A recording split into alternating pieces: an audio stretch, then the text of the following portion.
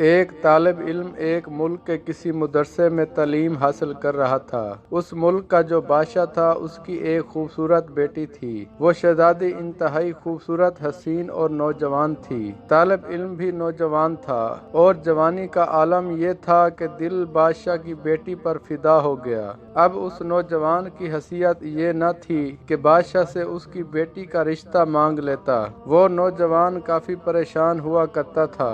ساتھیوں سے مشورہ کیا کہ کیا کیا جائے۔ ساتھیوں نے زبردست تنقید کا نشانہ بنا کر کہا، تمہارا دماغ خراب ہو گیا ہے۔ بادشاہ سلامت کو اگر آپ نے بتا دیا تو وہ آپ کو زندہ تیل میں جلا دیں گے۔ اب وہ نوجوان بہت زیادہ پریشان ہوا، کچھ سمجھ میں نہیں آ رہا تھا۔ بالآخر اس نے فیصلہ کر لیا کہ اس پریشانی سے اچھا یہ ہوگا کہ بادشاہ سلامت کی خدمت میں درخواست کروں، پھر قسمت اپنی تیل میں جلنا نصیب ہو یا بادشاہ کی بیٹی نصیب ہو۔ اب وہ نوجوان بادشاہ کے دربار میں حاضر ہوا۔ بادشاہ نے آنے کی وجہ پوچھی تو نوجوان نے گھبراہٹ کے عالم میں اپنا قصہ سنا دیا کہ بادشاہ سلامت، آپ کی بیٹی پر میرا دل آ گیا ہے۔ اب آپ میرے اوپر احسان فرما کر اپنی بیٹی میرے نکاح میں دے دیں۔ بادشاہ کو کافی غصہ آیا کہ اس نوجوان کی حیثیت دیکھو اور میری بیٹی کے لیے اس کا رشتہ مانگنا دیکھو۔ بادشاہ سلامت نے سوچنا شروع کر دیا کہ اس نوجوان کو کیا جواب دیا جائے تاکہ یہ رشتہ مانگنے سے انکار کر دے۔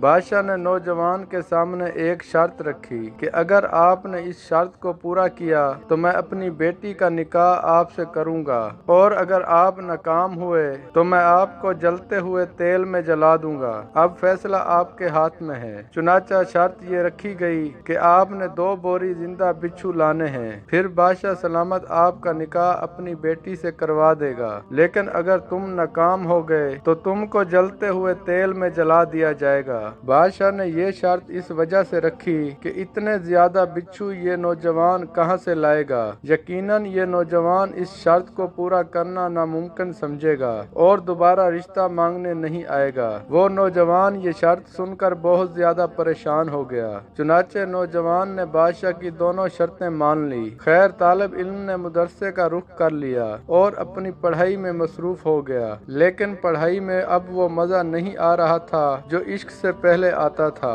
اس نوجوان کا ایک استاد تھا جو کافی دنوں سے اس پر نظر رکھے ہوئے تھا۔ استاد یہ دیکھ رہا تھا کہ اس نوجوان کو کیا ہو گیا ہے، ہر وقت پریشان رہتا ہے۔